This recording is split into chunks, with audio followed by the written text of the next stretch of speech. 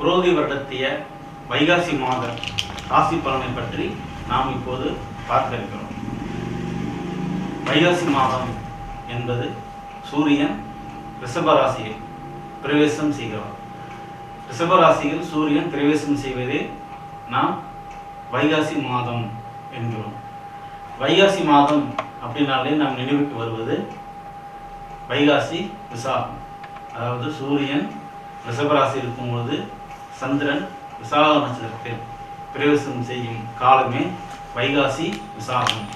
வைகாசி விசாகத்தில் நமக்கு எல்லாம் தெரியும், ஒவ்வொரு மக்களும் ரொம்பையும் பதிவிரதையாக முருகன் கோயிலுக்கு செல்வதும், சிவபெருமான் சைவ வழிபாடு அதில் மிகுந்த முக்கியத்துவம் பெறுகிறது. பொதுவாக முருக வழிபாடு சிறப்பாக இருக்கும். வள்ளி தெய்வானை இதெல்லாம் சேர்ந்து இருக்கக்கூடிய அந்த முருகப்பெருமான வழிபாடு பண்ணுவது மிகவும் ஏற்றத்தை தரக்கூடியதாக இருக்கும். இதை நம்ம ஒவ்வொரு மாதத்துலேயுமே ஒவ்வொரு பௌர்ணமி வரும். அதில் மிக சிறந்த ஒரு பௌர்ணமி இந்த வைகாசி மாதத்தில் வரக்கூடிய பௌர்ணமி வரும். சூரியன் ரிஷபராசி இருக்கும்போது சந்திரன் விசாக நட்சத்திரத்தில் வரும்பொழுது சரியாக பார்த்தீங்க அப்படின்னா விருச்சிக ராசியில் இருப்பார். ஸோ அதில் வரும்பொழுது வைகாசி விசாகம் என்று சிறப்பாக அழைக்கப்படுகிறது. அந்த தினத்தில் நம்ம பொதுவாக எல்லா பௌர்ணமி தினத்திலையும் நம்ம இறை வழிபாடு மேற்கொள்வது மிகுந்த ஏற்றத்தை தரக்கூடியதாக இருக்கும். ஸோ சந்திரன் என்றாலே நமக்கு தெரியும், உடல்காரகன் மனோகாரகன். அவர் அப்படிப்பட்ட ஒரு ஆதர்சன சக்தியுடைய ஒரு அம்பாளுடைய அம்சமாக கருதப்படுகிறது. இப்படி நம்ம சிவன் சக்தி, சிவன் என்றாலே சிவனுடைய அம்சமாக சூரியன் சொல்லப்படுகிறார், சக்தியோட அம்சமாக சந்திரன் சொல்லப்படுகிறார். ஸோ சிவசக்தி அம்சமே இந்த பௌர்ணமி வழிபாடு. இந்த தினத்தில் நம்ம அம்பாள் வழிபாடு மேற்கொள்வது மிகவும் ஏற்றத்தை தரக்கூடியதாக இருக்கும். இந்த வைகாசி விசாகம் வரும்போது நாம் எல்லோரும் அவருடைய குலதெய்வத்தையும் பிரார்த்தனை செய்து வழிபாடு செய்து இஷ்ட தெய்வத்தையும் வழிபாடு செய்வது சிறப்பான முன்னேற்றத்தை தரக்கூடும் என்பதை தெரிந்து கொள்கிறோம். இனி இந்த வைகாசி மாதம் ஒவ்வொரு ராசிக்கும் என்ன மாதிரியான பலன்களை ஏற்படுத்த இருக்கிறது என்பதையும் பார்க்க போகிறோம். தற்போது தான் நமக்கு குரு பயிற்சி ஆனது. ஏன்னா சித்திரை மாதத்துலேருந்து நமக்கு இந்த குரு பயிற்சி வந்துச்சு, நமக்கு தெரியும், மே 1ஆம் தேதியிலிருந்து. அதுவும் இப்போ பார்த்தீங்கன்னா உங்களுக்கு வைகாசி மாதம் அப்படின்னு சொல்லக்கூடிய ரிஷப ராசியில் தான் குரு இருக்கிறார். அந்த ராசிலேயே சூரியன் இருக்கும் பொழுது அங்கே குரு சூரியன் இணைவு ஏற்படுகிறது. இந்த இணைவுனால நிறைய ஒரு முன்னேற்றம், ஆன்மீக காரியங்கள், சத்காரியங்களில் நல்ல முன்னேற்றம் ஏற்படக்கூடிய வாய்ப்புகள் உண்டு. எல்லோருக்கும் அபரிமிதமான முன்னேற்றத்தை தரக்கூடியது. அது எந்தெந்த ராசி அப்படிங்கிறதுக்கு பலனை பெறப்போகும் ராசி எது எது அப்படிங்கிறத நாம் இப்போ பார்க்க இருக்கலாம். அனைவருடனும் இணக்கமாகவும் நட்புணர்வோடனும் நளினமாகவும் பழக வேண்டும் என்று நினைக்கும் கன்னிராசி அன்பர்களே, இந்த வைகாசி மாதம் தொடக்கத்திலேயே உங்கள் ராசிநாதன் அட்டமஸ்தானத்தில் இருக்கிறார்.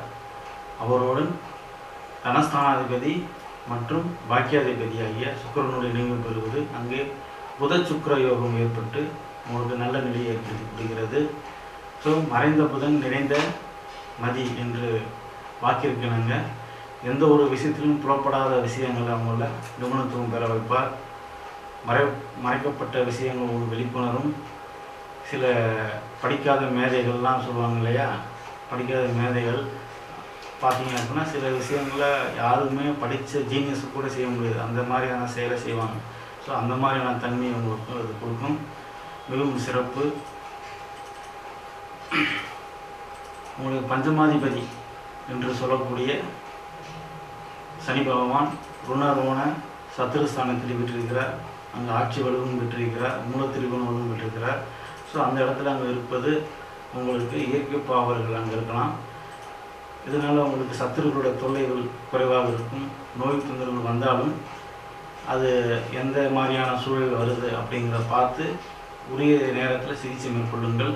ஏன்னா இது ரொம்ப இழுத்துட்டு போயிடும். அசால்ட்டாக நினைக்கிறது பார்த்தா சின்ன கால் வலி இருக்கும், எது தானே கால் முழு குத்திருக்கு, சின்ன ஏதோ குத்திருக்கு, சரியாக போயிடும் அப்படின்னு நினச்சிட்டு இருக்கோம். ஆனால் அதில் தான் வேணாம் பண்ணணும். ஸோ சரியான சிகிச்சையை மேற்கொள்ளுங்கள். உதாசீனப்படுத்தாமல் இருங்கள்.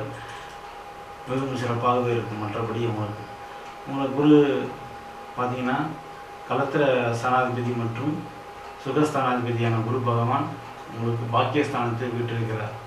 அவரோடு அயன சயன போகஸ்தானாதிபதியான சூரிய பகவான் இணைந்து அங்கே இருப்பது ஒரு நல்ல நிலை தான். ஏன்னா உங்களுக்கு தேவையில்லாத அலைச்சல் உளைச்சல்களை கொடுக்க மாட்டார். பயணங்களும் இனிமையாகவே இருக்கும். 4 பேர் போகிறாங்க. சில பேருக்கு பார்த்தீங்கன்னா பயணங்களில் அவரு நின்றுருப்பார், டக்குன்னு ஏறுவாங்க. பஸ்ஸில் உட்கார இடமே இருக்காது, நின்றுட்டே இருப்பாங்க. இன்னொருத்தர் பார்த்தீங்கன்னா ஏறுவார், அடுத்த ஸ்டாப்பில் இறங்கிடுவார், டக்குன்னு உங்களுக்கு இடம் கிடைக்கும். ஸோ அந்த மாதிரி பாக்கிய ரீதியை உங்களுக்கு கொடுப்பதற்கான வழிவகையை ஏற்படுத்தி கொடுக்கும். இதுவும் வந்து ஒரு சிறப்பு தான். கல்வி நிலையும் சிறப்பு. ஏன்னா உங்களுக்கு அந்த சுகஸ்தானாதிபதி அவரே அதையும் கொடுப்பார். உங்களுக்கு கலத்திரத்தின் வழியில் முன்னேற்றத்தையும் ஏற்றத்தையும் கொடுக்கக்கூடியவர். விரயங்கள் இருந்தாலும் அதில் சுப விரயத்தையும் ஏற்படுத்தி கொடுப்பார். உங்கள் ராசியையும் பார்க்கிறார். இளைய சகோதரர் என்று சொல்லக்கூடிய அந்த ஸ்தானத்தையும் பார்த்து வலுப்படுத்துகிறார். உங்களுடைய பூர்வீக ஸ்தானத்தையும் பார்த்து வலுப்படுத்துகிறார். ஸோ புத்திர வழியில் மேன்மை ஏற்படும். நீங்கள் ஒரு ஏது செயல்படுத்தணும், அமெண்ட்மெண்ட் படுத்தணும், ஏதோ ஒரு செயலை வந்து வெற்றிகரமாக துவக்கணும் அப்படின்னு முடிவு எழுதியிருப்பீங்க. அதையும் சக்ஸஸ்ஃபுல்லாகவே அதை வெற்றி காண்பீர்கள். சிறப்பாகவே இருக்கும். விருப்பங்கள் எல்லாம் ஈடேறும். எவ்வளோ ஆசைகள் எல்லாம் இந்த மாதிரி இருக்குது. நம்ம சின்ன சின்ன ஆசைகள்லாம் எதிர்பார்த்தீங்க அப்படின்னா அது கேட்டதும் கிடைக்கும். ஸோ அந்த நிலையை உங்களுக்கு கொடுக்கும். உங்களுக்கு பாக்கியாதிபதி என்று சொல்லக்கூடிய சுக்கிரன் அட்டமஸ்தானத்துக்கு போவது கொஞ்சம் சிறப்பான நிலையாக கொஞ்சம் அந்த பாக்கியத்தை குறைவையும் கொடுக்கக்கூடியது. இருந்தாலும் அதையும் திறம்பட எந்த வழியில் பெறணும் அப்படின்னு நினச்சி ஏதோ ஒரு வழியில் கொண்டு வந்திருக்கோம். கொண்டு வந்தக்கூடிய அந்த கொடுப்பினை உங்கள் ராசிநாதன் அவரோட சாமர்த்தியசாலி. ஏன்னா எந்த இடத்துல இருந்தாலும் யார்கிட்ட எப்படி பேசணும், எதை சொன்னால் அது நமக்கு கிடைக்கும் அப்படிங்கிற திறன் அவர்கிட்ட இருக்குது. அது எப்படி வெளிக்கொண்டு வந்துடுவார். சிறப்பானது. வைகாசி மாதம் உங்களுக்கு ஏற்றமும் பொருளாதார முன்னேற்றத்தையும் கொடுக்க உள்ளது. உங்களுடைய தைரிய வீரிய ஸ்தானாதிபதி மற்றும் அட்டமாதிபதி ஆகிய செவ்வாய் பகவான் உங்கள் ராசிக்கு 7ல் அமர்ந்து அதுடன் ராகு பகவானுடன் இணைந்து அங்கே இருப்பது கொஞ்சம் சிறப்பான நிலை அல்ல. கலத்தர வகையில் கொஞ்சம் டென்ஷனை ஏற்படுத்தும்.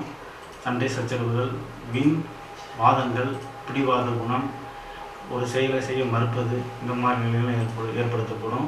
ஸோ அந்த நிலையில் கொஞ்சம் பொறுமையுடனும் நிதானத்துடன் கடைபிடித்தால் நல்லது.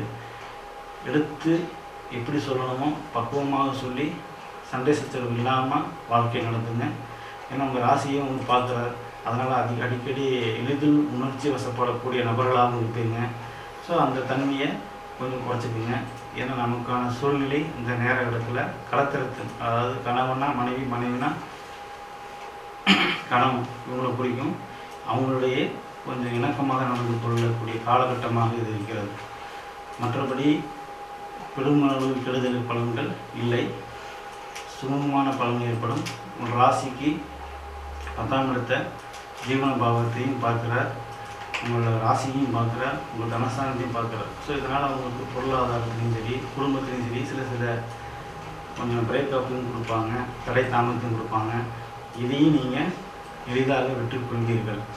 அதே போல் உங்களுக்கு பஞ்சமாதிபதினு சொல்லக்கூடிய சனி பகவான் உங்களுடைய விரயஸ்தானத்தையும் பார்க்குறார். அதே போல் உங்களுடைய தைரிய வீரியஸ்தானத்தையும் பார்க்குறாரு. உங்களுடைய அட்டமஸ்தானத்தையும் பார்த்து சில இந்த மாதிரி அசுபஸ்தானத்தில் பார்க்குறாரு. ஸோ அந்த கண்ட்ரோல்லாம் உங்களுக்கு கிடைக்கும். அசுபஸ்தானங்களுடைய கெடுபலன்கள் கொஞ்சம் குறைவுபடும். உங்களுக்கு இந்த வைகாசி மாதம் சிறப்பான முன்னேற்றமான பலன்களை கொடுக்க வல்லது. சிறப்பு.